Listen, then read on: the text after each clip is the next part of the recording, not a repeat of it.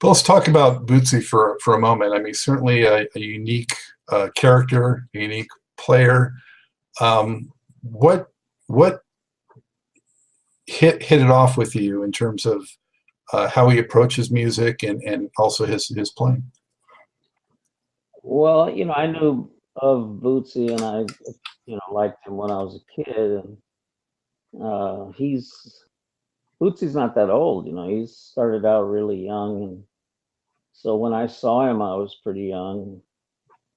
I saw him with George, and I saw the Rubber Band and all that stuff. And then when I had that opportunity to contact him, I was interested, but we got along really well, and he was open to playing on other kinds of music. So he would play on Herbie or Sly and Robbie, Ryuichi Sakamoto, all kinds of things. And we kept kind of in touch doing that. And just a few months ago, he played on the Iggy Pop song that we did. So we're still doing the same things we were doing. We just should try to do a lot more. Well, that explains on his new album, Iggy Pop does the intro.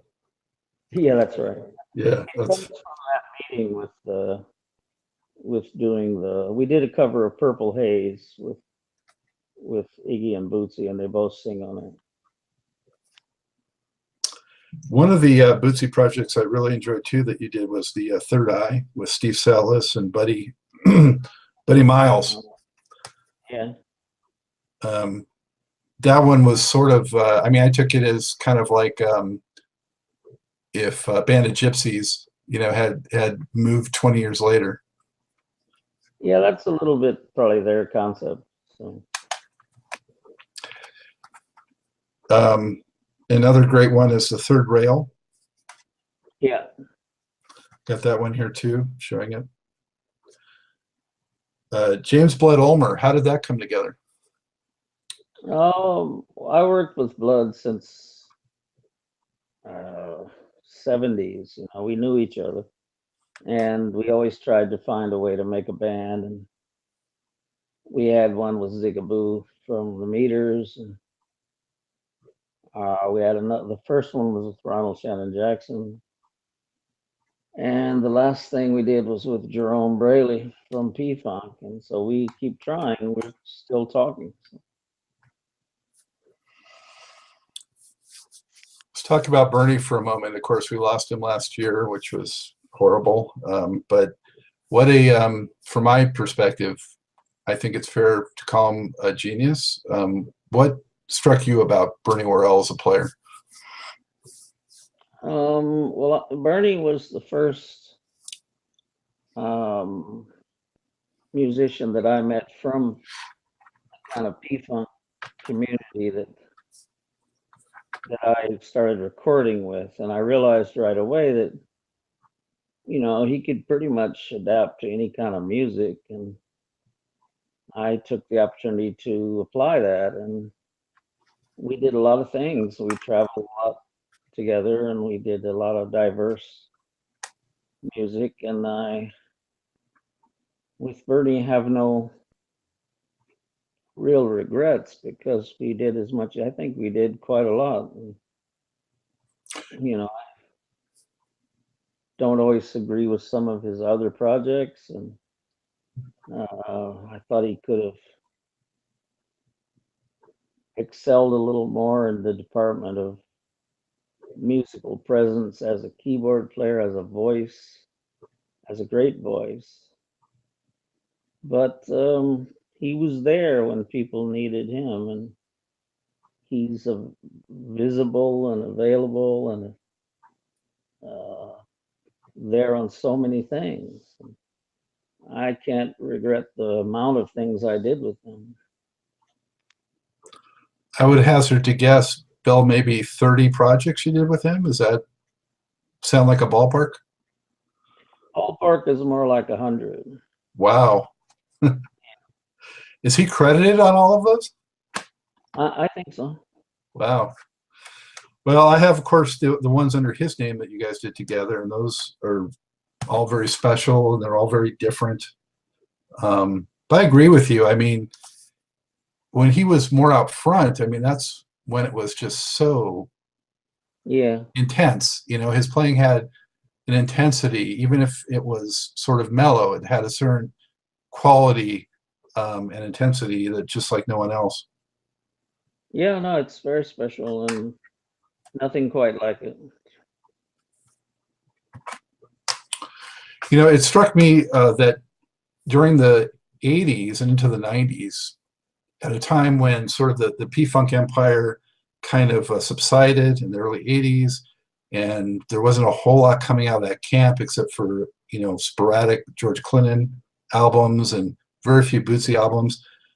You kind of stepped in a way, and, you know, gave a lot of those guys a place to continue to express themselves musically, a platform. And that was fantastic. And I think you also challenged them and allowed them to do new things. Yeah. And I think one of the places where that coalesced the most was on the Funk Chronomicon. Right. And I'm showing that now too. So that was, you know, were you thinking it was kind of, you know, hey, Funkadelic hasn't actually done an album in decades, so let's do one that's kind of like it? No, it was, you know, at the time you didn't really see you didn't notice the vacancy. You just felt these guys are all great and they're still playing. So let's keep doing stuff, you know. And George didn't always have his business together to make the records, and a lot of people were still alive, you know, like Eddie Hazel was alive and Scheider. Everybody was around, so it might be good to just record while we can, while everybody's here, you know. And Bernie was always kind of front and center on that. Billy Bass was around, and it kind of brought in other people to you know come into that. Jerome Bradley. I mean, it's a lot of everybody was pretty much there, so it made no sense not to try to continue a little bit. And they all had specific ideas. Not everybody made a lot of sense, but some people did. I just showed I have the OG Funk Billy Bass CD here too. Also the Zilla Tron with Bootsy and that Zilla Tron character. Right. Which was sort of like I guess, a more hard rock, cutting edge Bootsy kind of record. Yeah, that was kind of adding more metal and harder sounds to the whole thing. So.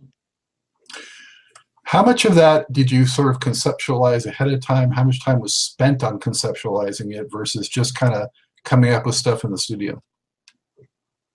A lot of it was really coming up with stuff in the studio because we weren't under any real pressure in the studio. I had my own studio and we would kind of just sit there and go over stuff and then try things. And so there were some ideas were prefixed, but titles and themes and riffs and stuff, but quite a lot of it was spontaneous and then worked out, not rushed, you know, just think of an idea and then develop it, because we always spent quite a lot of time doing that. So. At your peak, you know, how many hours a week were you spending in the studio, do you think? Hours, I couldn't say, but 5 or 6 weeks if we were really on something. And we would usually start at maybe around 11 and go till maybe 5 o'clock. It wasn't like Prince and those guys who go 24 hours in the studio and then sleep in the studio. It wasn't that kind of scene. It was more like 11 or 12 till 5 or 6. So I had a studio for those records. It was in Greenpoint in Brooklyn, and I would work till about 5, and I had a deal with this production company called the Bomb Squad. It was Hank Shockley, and they had Public Enemy, and so I would work till about 5, and then Hank would work from about 6 till morning, and that was the way the studio worked. And that was around the time of Public Enemy was doing a lot of production stuff. Did you kind of inspire or mentor those guys at all, or what was that relationship like? No, we'd just bump into each other. There was a connection. Some of the musicians I had, he was curious about. He was a smart guy. He knew about things I had done in the past. And when I brought people like Buddy Miles or Bootsy, he would always want to interact with them. But we didn't get into anything too heavy. Bill, I'm holding up a couple of the Buckethead CDs now. The Monsters and Robots and Giant Robot. What an amazing player. I mean, you mentioned him earlier, but how would you explain, or can you explain, his style and his ability? Well, it's a character. It's hard to accommodate that or to appropriate him as a musician. It's not a musician who comes into the world to play with musicians. It's more like someone who establishes this character and then does demonstrations of what his capabilities are. He's got the look, and he learned the technique by diligent, disciplined practice. And every once in a while he discovers something he likes and he kind of reaches out, but for the most part he's himself and he just does his own thing. Not a group player. We had moments where we had bands, and I thought that was pretty healthy for him. But then after that, he kind of disappeared back into the solo world. I know he really liked playing with Bernie. He liked Bootsy and he liked Michael Jackson. That's about it. I heard he's having some health issues currently. I don't know if you're aware of that, but I hope he's doing okay. Well, yeah, I'm aware of it, and I'm not really sure what's going on. So does he break character in the studio, or is he just like that all the time? It depends on what you mean by breaking character. I'd say he never really breaks character with anyone. That's committed. Yeah. We're not talking about the mass thing, but when just him, he never really comes out of that guy that's there. So. I also have here some vinyl, and one of them's Menace, which you also worked on, and that I believe brought together an old band member, a musical partner of yours from long ago, with some of the P-Funk guys. How did that project come about, and what are your thoughts or memories about that? Well, Menace I knew from Michigan. We grew up together in Michigan, and we lived in Lansing, Michigan, and Detroit area, and we came to New York together, and he always had ties with funk people and kept ties with them. I'm in touch still, I guess, a little bit with him today. So You've worked with so many people, Bill. Are there some artists that you still kind of hope to work with that you have not yet done so? Is there anyone that comes to mind?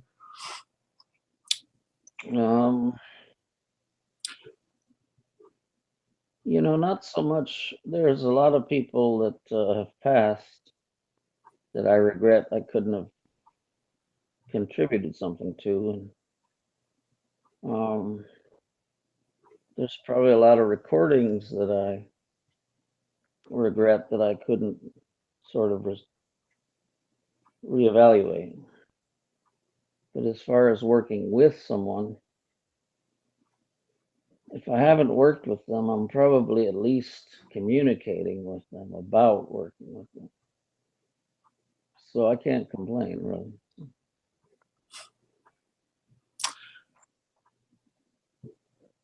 Let me put it this way. If you could have gone back and worked with some of the guys that maybe passed away before you really got into music, are there one or two that you just would have blown your mind to work with, like a Hendrix or somebody like that? Well, yeah, I mean, Alan Douglas, who I had the privilege to work with in recordings and archiving music, he always told me that it would be great if you and Tony Williams had worked with Jimi Hendrix. And that I always kept in mind. So that's probably about it. Looking at the American music scene, or UK, but English-speaking music, is there anyone out there today that you kind of admire and think that, you know, it's really interesting what they're doing? Outside of America, you mean? No, within America. Or I'm looking for, you know, English-speaking music, so either UK or America. But you know, yeah, there is, and I'm for the most part, probably 90%, I'm in touch with them. So. Is there anyone that you'd like to mention by name that you kind of think is like doing something interesting today? Well,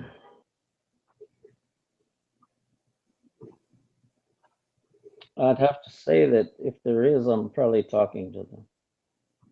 Oh, okay. Well, I was just thinking, Bill, that if you mention somebody, a listener or watcher of what we're doing here might hear that and say, oh, Bill Laswell said, you know, this guy's all right. Maybe I'll check him out. Yeah, I mean, it's again, I have a feeling I'm communicating with them already. But if there's anybody you think of, call me back and let me know.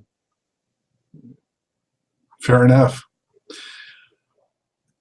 Bill, are there one or two sort of unforgettable experiences you can share with us looking back at this road that you've journeyed in music, whether it was something in the studio, something that happened on the road, something, you know, one or two things that maybe are just really stick out in your mind?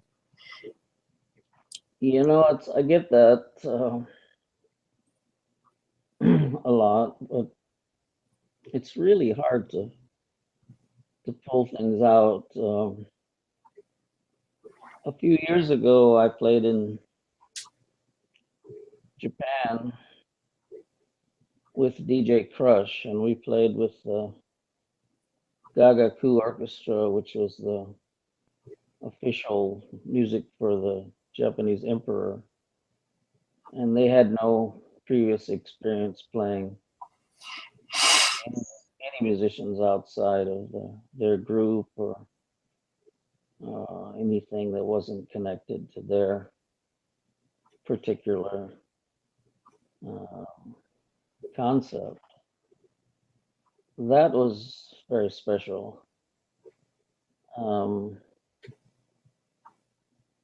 as far as live, when I was 15 years old, I saw Tony Williams' Lifetime with Larry Young and John McLaughlin and Jack Bruce, and that was special.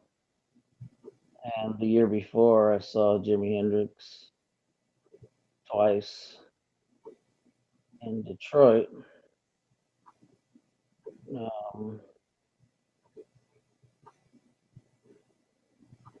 A lot of the traditional music I've seen in India and Africa comes to mind, and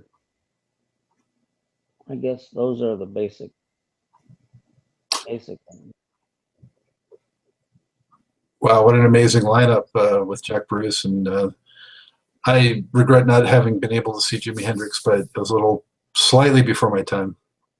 Yeah, I just made it myself by like a year. What is it about the world music scene that appeals to you and calls to you so much? I don't know. I guess it's just natural, and it happened pretty early on, and I used to read about Don Cherry going, to Afghanistan and Pakistan and India and recording and playing his trumpet, and Ginger Baker going to Nigeria and through West Africa. And I was pretty young age, and it I guess that stuff kind of triggered it. And then John Coltrane picking up on Ravi Shankar and meditative music. I think those things were big influences, and I just continued from where I thought they were kind of leading. I haven't traveled abroad much, but it seems to me that Europe and other parts of the world, Japan, they seem more open to American music than maybe Americans are to world music. Do you agree with that? And do you think that Americans are kind of missing out to a great extent of what they could pick up and enjoy if they open themselves up to more of the world's music?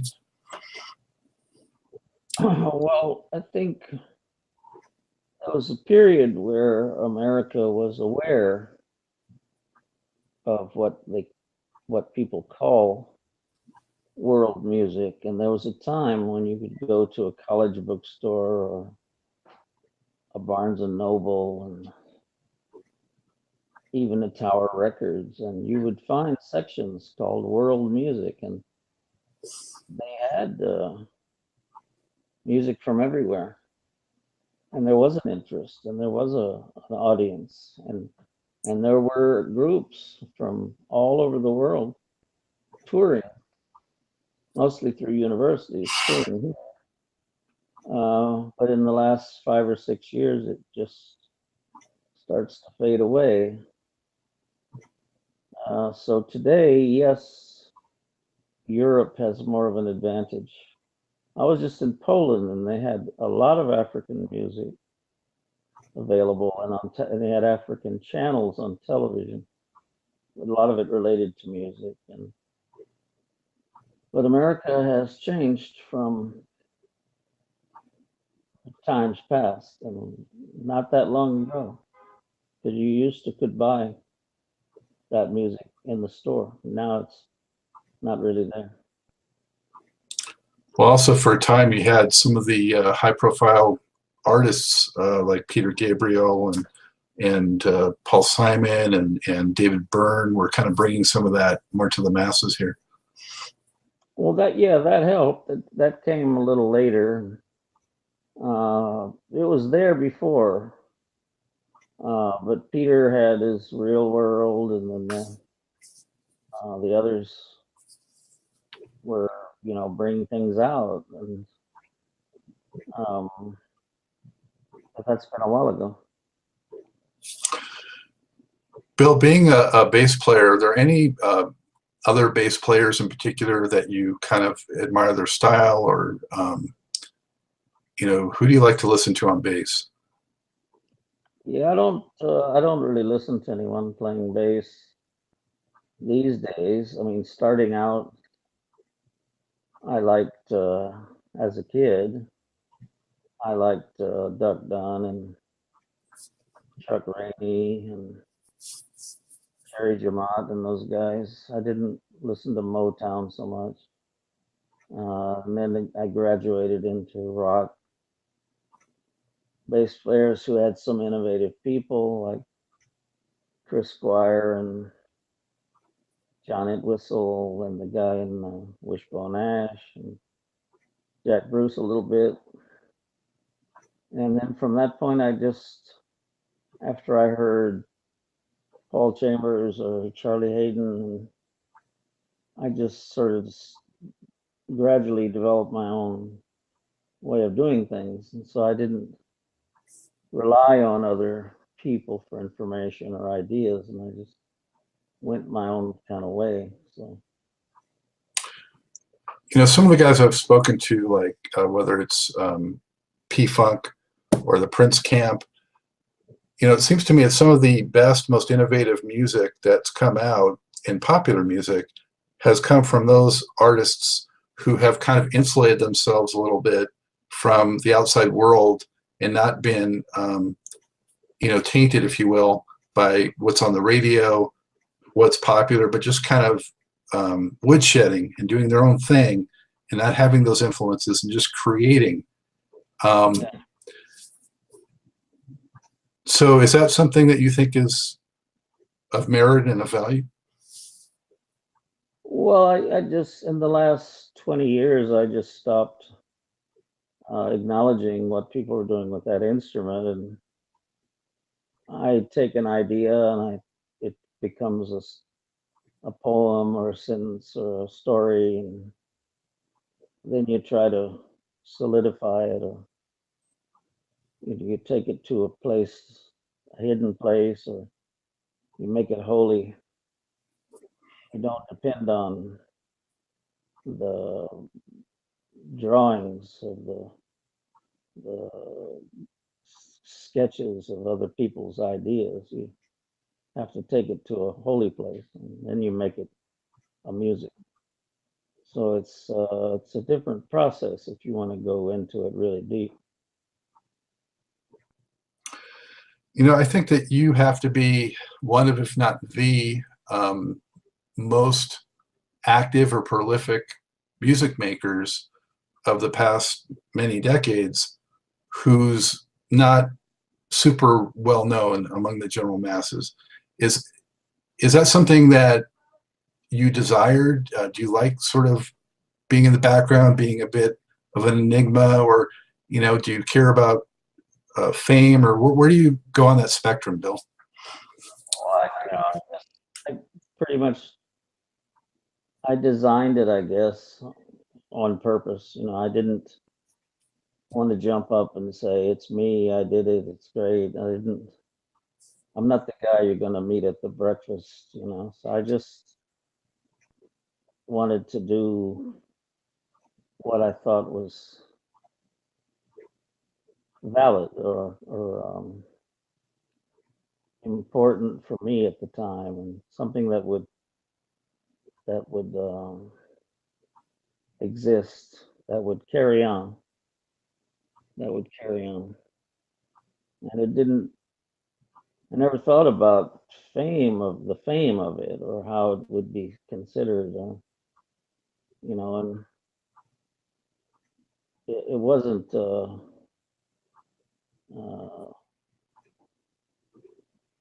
opportunity to be famous or something like that. That wasn't the idea.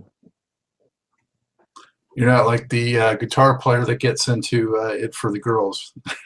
Right. Fame and girls. It's the opposite. Yeah. No, it's always been kind of the same, and I don't have really a problem with that. How do you feel about sampling? You know, that's something something that came about, you know, after you had been in it for a while, and then it got so big. What's your take on sampling? Well, it's just reusing a sound. If the sound worked, and that means it'll probably work again. It's no big deal. Unless you get brutally murdered in somebody's thing from you. It's fine, you know. And I do it myself all the time. Is there any style of music that you feel is harder to play or more challenging to play than some of the others? You've gone in so many different directions. Can you maybe pick one or two out that's sort of especially challenging? Well, I think they're all challenging depending on your approach. You know, some great bebop guy could not play dub very well, I'm pretty sure. And in that sense, country music guy who has a great feel couldn't play bebop. It's all about where you decide to go with your information, your ability. Well, you know, this show is called Truth and Rhythm, and that's what I aim to achieve in, you know, producing it and hosting it and all that. What to you would define that? You know, how do you find truth in the rhythmic music that you create? Well, it's for me comes, I guess, to a bass and drum relationship, and I think anyone can hear right away when individuals are speaking a language and they're communicating that language that can be translated without understanding, because it's not about understanding so much, it's transferring energy that steps way above dialogue and description, and it gets really down to a feel that's unforgettable. So 20 years from now, you'll never forget how you felt when you heard that. And that's special. Music has this thing that's a very fundamental, special feeling. And when you speak that language perfectly, doesn't mean it's in time, it doesn't mean it's in tune. It's just a special energy that's communicated with a special language. And when that happens, and it has happened quite a lot, I'm not saying recently, although I'm sure it must be, then you have that moment. And that moment is the times that give you this memory of a special feeling. It's transcendent. Yeah. Yes. Is there any one or two projects you could point to that you could say, wow, I'm really most proud of this creation or this particular project? You know, that's difficult because there's a lot of them. There's too many of them to even to add up. It would be leaving out too much. I think you just have to listen. Do you have any advice for young musicians who may be starting out today, you know, how to be successful and how to come together in a group setting as a musician? Well, it's probably a little more difficult today, but I would say look for people that you trust and you admire and you don't question, you know, and try to develop something fundamental, something simple that's based on first um, like a sound communication, and then develop it as a rhythm, and then try to keep it consistent as a rhythm, no matter how simple it might be. And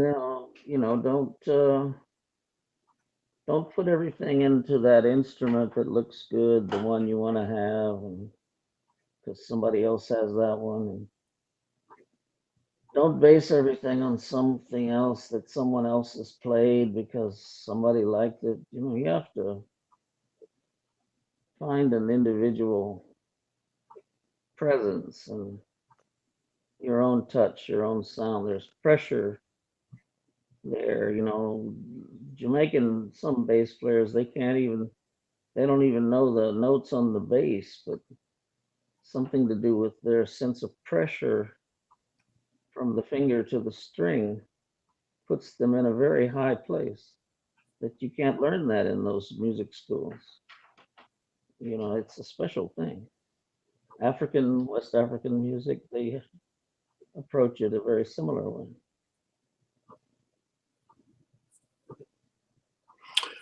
What are you working on right now, Bill, and what do you expect to work on in the near future? Well, right now I'm behind on a lot of things. It's a lot of remix stuff. I have a solo project I'm trying to do, which has a lot of guest people, working with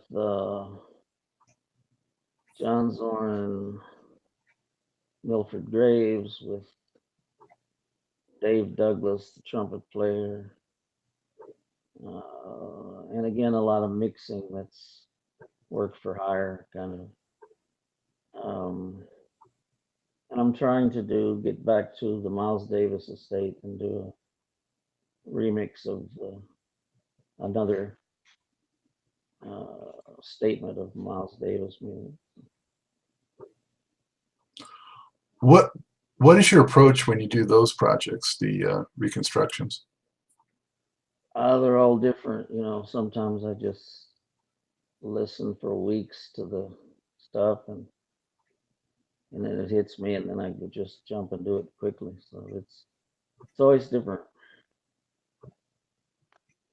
Is it hard to get rights to the music to do that? Sometimes, not always. Yeah. Excellent. Is there anything else that you'd like to convey or share that we haven't talked about? I don't know. That's a lot of stuff. So. Where can people keep track of what you're up to? You've got a website or a Facebook? Online, there's a website and Facebook, and it's all over the place. Okay, and are you touring at all, or? I don't really tour because I don't have a fixed band, but I just came from Poland, and I think we have stuff coming in Italy. There's a few things in New York that comes in December and January. So yeah, there's a little bit of touring. Well, I've definitely been enjoying some of your videos on YouTube. How do you feel about that when those things are uploaded on YouTube? You're good with that, or you feel like you should get compensated? No, it's good. All that stuff is positive. It's impossible to get compensated for that. It's like, it doesn't really matter. It's good that it's there. So. Good. Okay, I agree. Well, with that, I'm going to wrap this up. If you could just hang tight for a minute, Bill, I'm going to sign off. And it's time to wrap up this edition of Truth and Rhythm. A huge thanks to my special guest, Mr. Bill Laswell, one of the most prolific and groundbreaking electronic, rock, funk, and world music innovators of all time. Thank you again so much, Bill, for sharing your time and experiences. Much appreciated. Thank you very much. Be sure to be on the lookout for upcoming Truth and Rhythm episodes and catch up with previous installments on funkinstuff.net and YouTube, iTunes, and other leading providers. Want to hear from you? Drop us a line at scottg@funkinstuff.net and let us know what you think and who you want to see or hear on the show. And until next time, on behalf of Bill Laswell, this is Scott Dr. Jigs Goldfine saying, keep on vibrating to the rhythm of the one.